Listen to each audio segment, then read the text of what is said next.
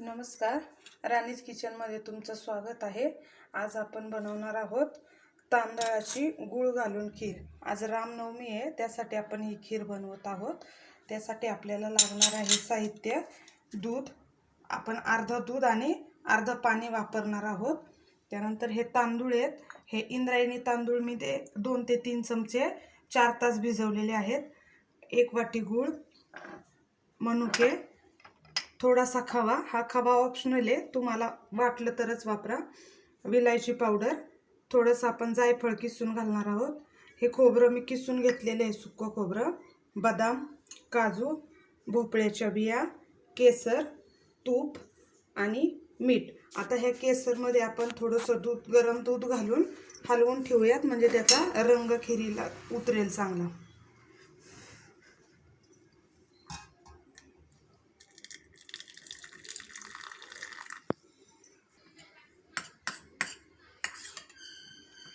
आता हे तांदूळ आपण आहे ना थोडेसे जाडसर वाटून घेणार आहोत। हे या पाण्यासहित वाटून घ्यायचे। हे पहा, हे आपलं आता वाटून झालेलं आहे। तुम्हाला हवं तर तुम्ही हे एकदम बारीक पण वाटू शकता, तुम्हाला जसं आवडतं तसं बारीक मोठं ठेवू शकता। काजू, आता आपण आधी हे काजू, बदाम आणि मनुके आहे ना थोडेसे फ्राय करून घेणार आहोत। 1 चमचा तूप घ्यायचं,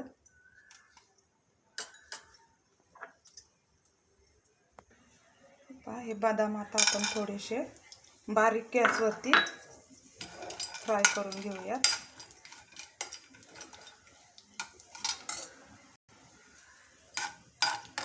तर आपले बदाम आता चांगले फ्राय झाले, आता हे काढून घेते। काजू फ्राय करून घेते।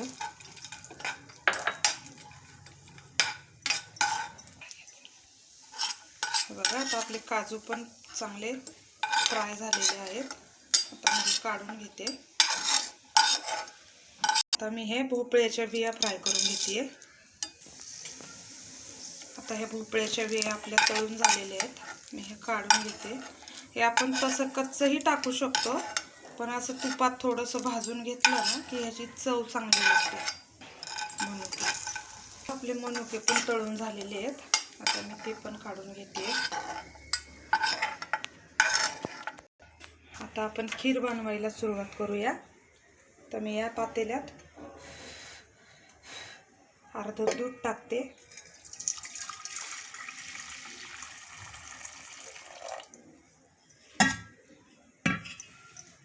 आणि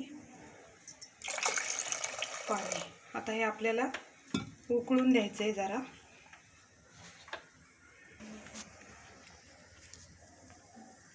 आता आपलं हे दूध आणि पाणी जे घेतलं होतं ते उकळलेलं आहे। आता आपण हे जे वाटून घेतले होते तांदूळ ते त्यात हळूहळू एकत्र करून घेणार आहोत। ते सतत हलवत आणि बारीक गॅसवर एकत्र करायचे आहेत। आता मी हे दूध आणि पाणी अर्धा अर्धा घेतलं होतं, आपण याच्याऐवजी फक्त दुधाची पण खीर करू शकतो। तुम्हाला जसं आवडेल तसं तुम्ही करू शकता। आता मी ह्याच्यात हे हळूहळू एकत्र करते।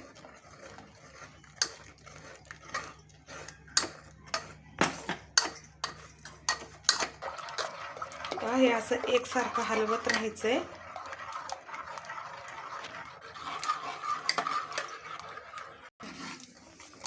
आता हे 3 ते 4 मिनिटं असं सारखं एकसारखं हलवत राहायचंय, मग आपली ह्याच्यात कुठलीही गुठळी तयार होणार नाही।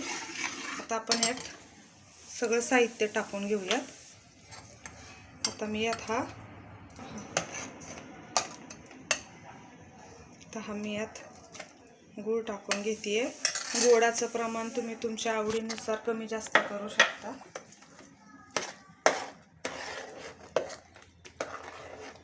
गूळ हा आरोग्यासाठी चांगला असतो आणि आपल्या खिरीलाही त्याने बघा छान कलर येणार आहे।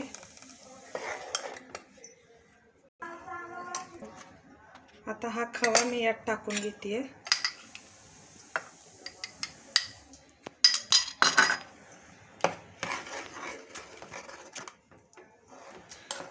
खवा आपण नाही टाकला तरी चालतो, पण खव्याने ना खिरीची चव चांगली येते।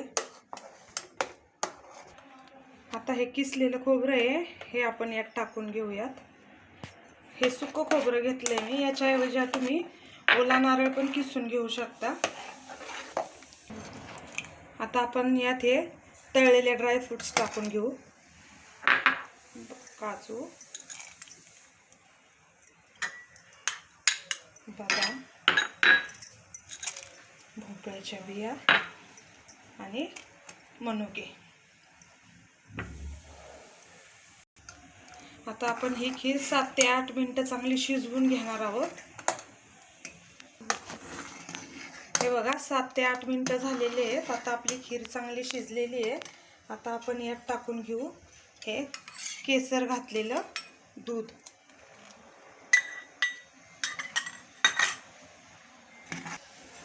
आज रामनवमी आहे, त्यासाठी आपण ही खीर केलेली आहे.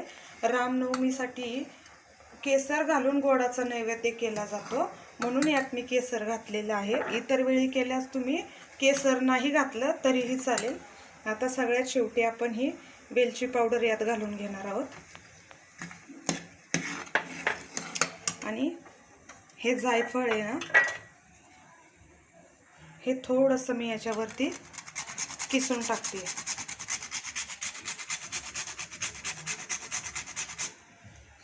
आणि आता फक्त 2 मिनिटं एक उकळी येऊन द्यायची आहे, मग आपली खीर तयार होणार आहे.